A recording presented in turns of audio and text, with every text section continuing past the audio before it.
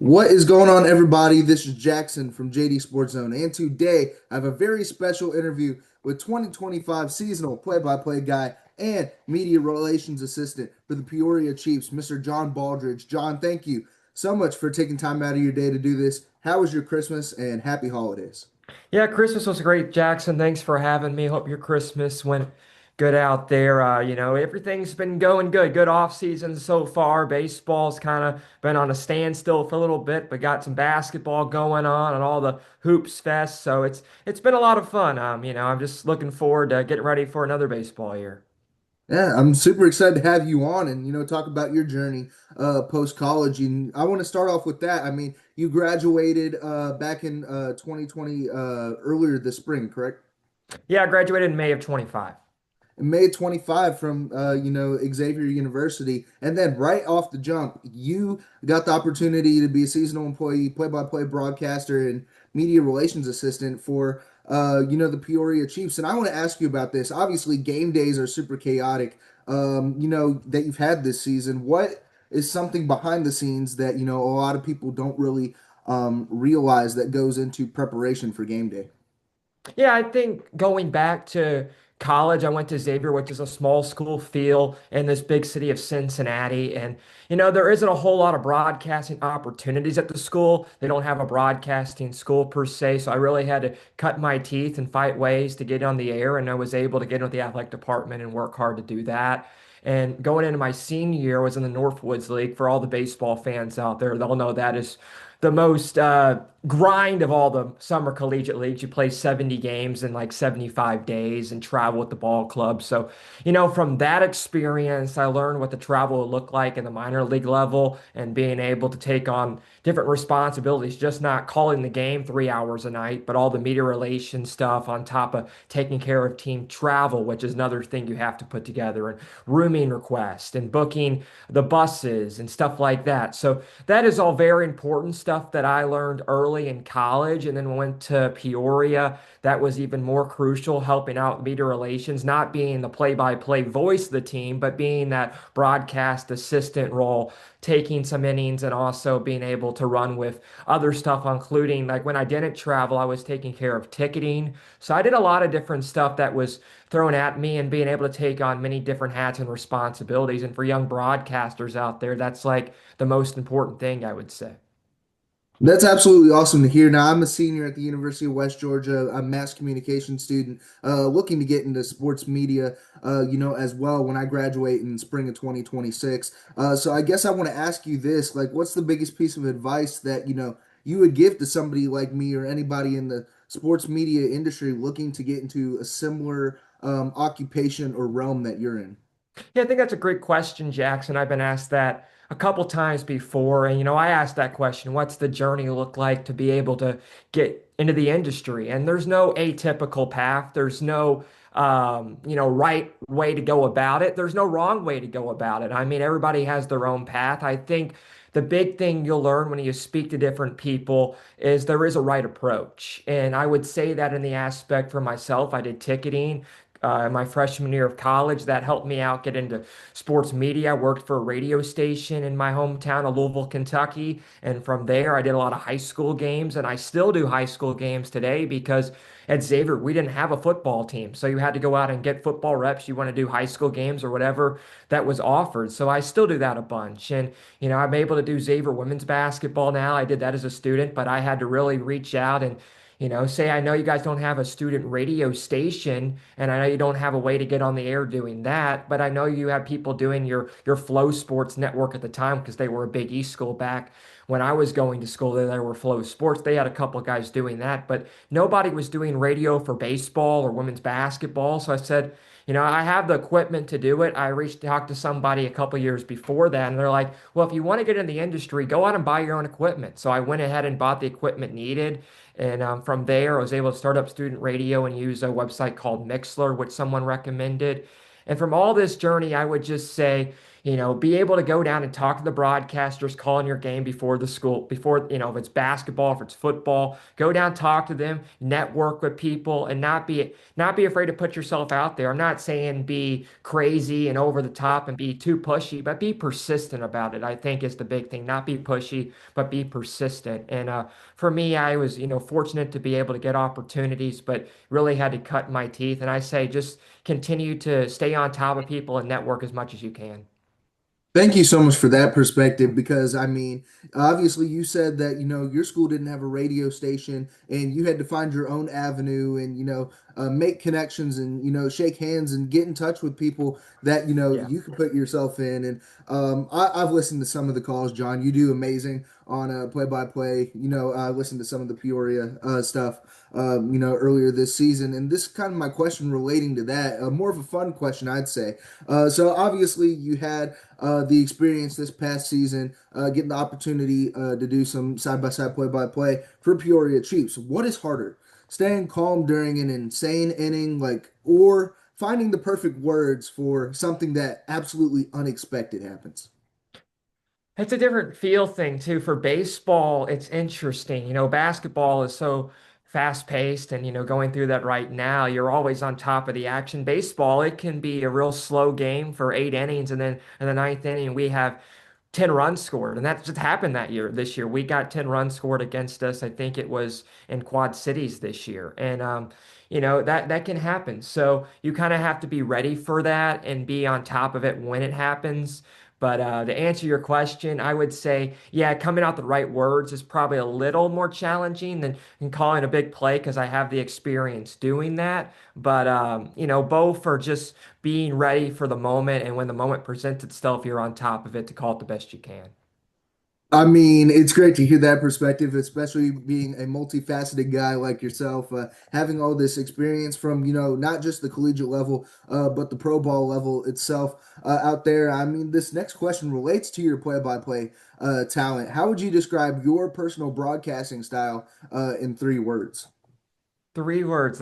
I don't know if I could. I like to be personal is probably the biggest thing. Everybody wants to be personal and, present themselves on the air. Listen to some people and, when they're young out of school, they're just right in school, they're not as personal. I think that's one thing you have to find is your personality. I think you want to be a little funny. I don't know every time you need to be funny and have a joke about everybody, but it's nice at least once or twice a game to bring out, your own personality and the aspect of having a laugh on the air with your partner. That's very important. So those two, and the third, I hate to say I don't have one for you, but I would say just try to be.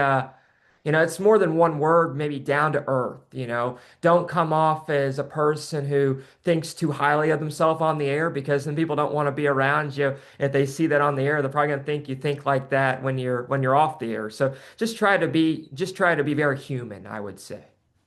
I mean, that's a great 3 words to describe it. Well, more than 3 words, but great words to Yeah. describe play-by-play broadcasting. And a guy like yourself. I mean, I've been around some guys that I'm part of the sports radio station at the University of West Georgia, heading into my final semester. I've been around, some guys throughout my 4 years here that they think very highly of themselves, and that's not somebody you really want to have super around. When you want to have a personable guy that can relate to truly anybody. But this next question, you talk about, personalities and relationships in the media industry. I want to talk about your 2025 Peoria Chiefs season. What's one interaction from a player, a coach, a fellow staff member that that kind of stuck with you this season? We had a lot of different guys from Venezuela and the Dominican Republic, and our manager was from Venezuela, Roberto Espinoza, who will be back there in 26 for Peoria, and he was a long-time player, played in the minor leagues, played for Quad Cities and in the Midwest League at the time, back in the late 2000s. 2010 time. And he brought up one time we were just talking down in the clubhouse interview before the ball game about his feel and his love for country music. And I think it's interesting how you get these guys come from all over. And I have a women's basketball team I do, and Xavier has 9 international players on the roster this year as well. And they love country music, they love rock and roll, they love rap music, and you get these people that come from different parts of the world, but they all find a bond over certain things, if it's movies, if it's country music. And I think I brought that up on the air this year, and that's something that related with me. But there's so many things you can talk about these players. Of course, you talk about their hit streaks, and you talk about what they're trying to do and how they're trying to improve every single day, and they get in slumps as well. So you try to work with them the best you can when you see these guys every single day on a day in and day out basis. But the relationships you build are so important in a baseball broadcast because you have a lot of downtime. You have to let the game breathe, and when you have stuff to talk about, guys, it does help the broadcast a lot. It's great to hear all these connections, you made during the 2025 season with the Peoria Chiefs, especially from the international side, because you never know, what stories or experiences they bring into a clubhouse, and just connecting with these guys and girls and sharing these stories, throughout, I guess your time or during the season. It's great to hear, the fun side of baseball and fun side of these stories. Do you have a favorite set of artists or songs that you personally listen to? I like all the music. I'm not picky. I like rock. I like rap. I like country. Growing up in Kentucky, you get a lot of country. But when we went to Xavier, there were people that came from all over, and I got a lot of taste of different music. So I don't have a really one thing I love more than another. I mean, multifaceted guy when it comes to play-by-play, multifaceted guy when it comes to music. So it's great to hear. Now, I want to ask you this because obviously I want to lean more towards the player side when it comes to the connections like that. You had a lot of star-studded, guys on that Peoria Chiefs team. If you could mic up any Peoria Chiefs player for one inning, who are you picking and why from the 2025 season? Gosh, that's a good question. I would like to mic up. Trey Richardson was a really nice guy this year and got to know him pretty well. And he was back in Peoria for his second go round in 2025. And, had a really great college career at TCU. And, a person that's just a real joy to be around. And he would be one I would think would be interesting to hear and hear what he has to say and laugh with him, during a broadcast. I would definitely love to get in touch with him maybe in the future personally. I'm a big Cardinals fan, a big reason why I reached out to you with, a guy who's been in the Sure. industry and, the minor league system over there. But I need to definitely reach out to him for maybe a potential interview. We'll see. We'll see down the road. But I want to ask you this. I mean, a little bit more to, the job, the hand itself. I mean, between broadcasting and media relations, you never know. Or what to anticipate when heading into the job for day one during the 2025 season. Which job, I guess, surprised you more during this season? The media relations side or the broadcasting side?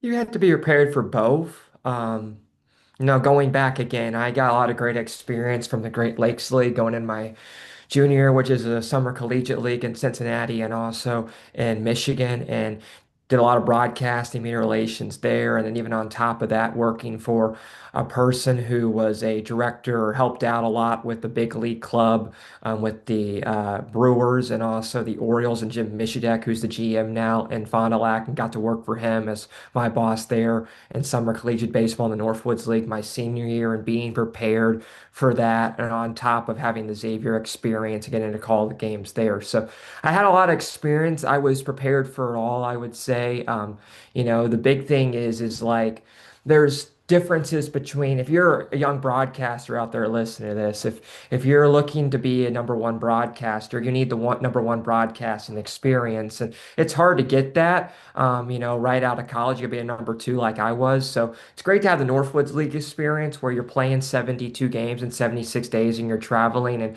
you can get a little bugged down sometimes, but you got to stay upbeat about everything. But it's different. The number one, the number two roles are so different because the number two role, the team's on the road for a week or 2 weeks sometimes. You're not always traveling. So you're just really excited when they get back because maybe you're selling tickets or doing the in-game highlights or doing the social media stuff and on top all the media relations.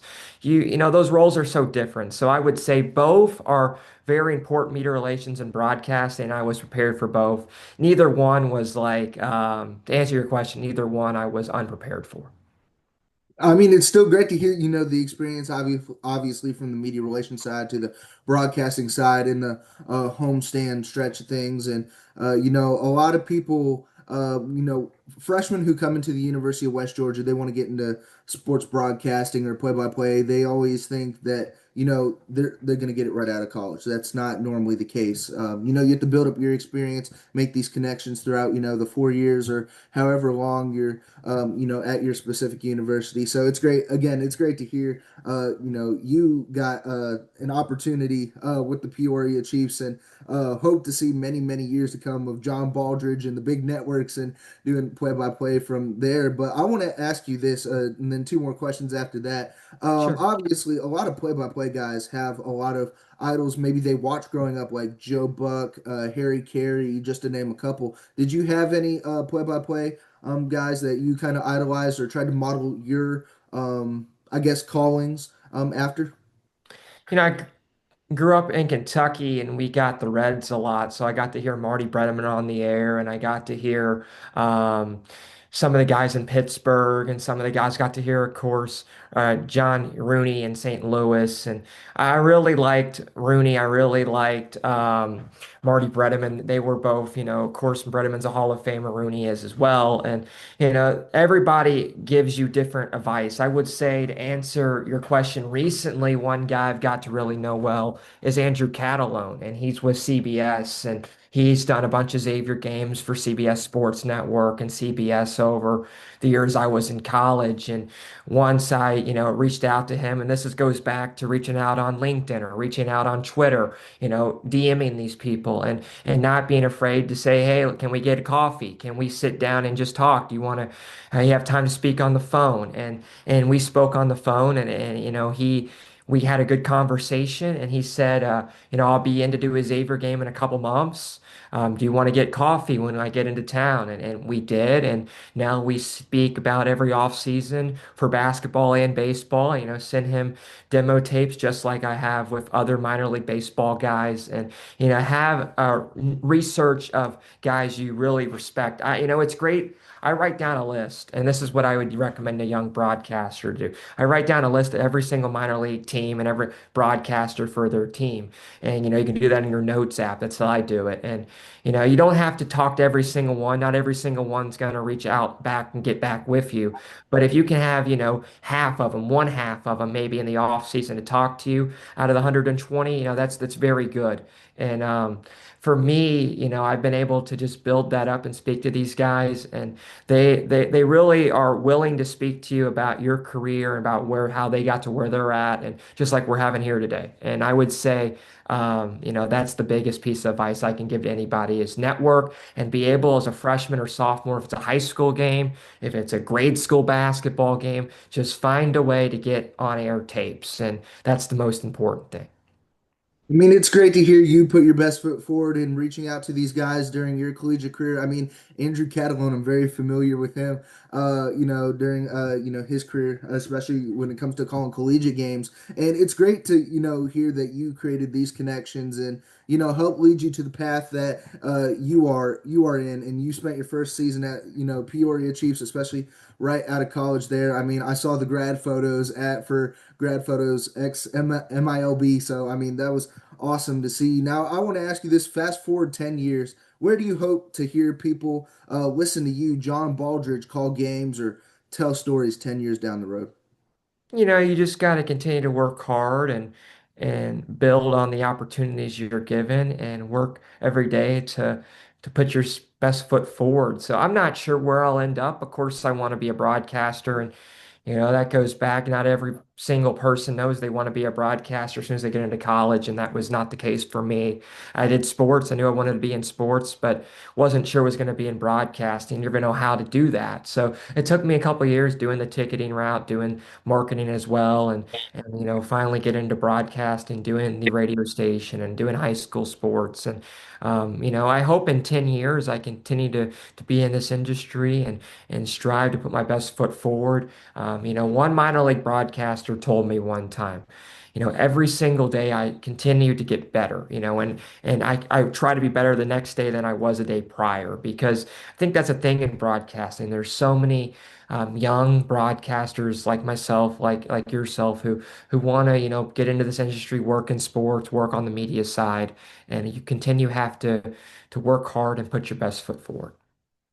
I mean, that's amazing advice to hear, especially like a guy who's in his final semester, at college, or any high school broadcaster who wants to get into the industry. I feel like, you're a great example for the younger generation, who want to get into this industry, sports broadcasting wise. And, I wish you the best of luck in, the 2026 season and, your career going forward. And John, thank you so much for taking time out of your very busy schedule to do this. I truly, truly appreciate the insight and the advice relating to sports media relations. So, John, thank you so much, truly. Yeah, Jackson, it was a pleasure. Glad you had me, and thanks for the time.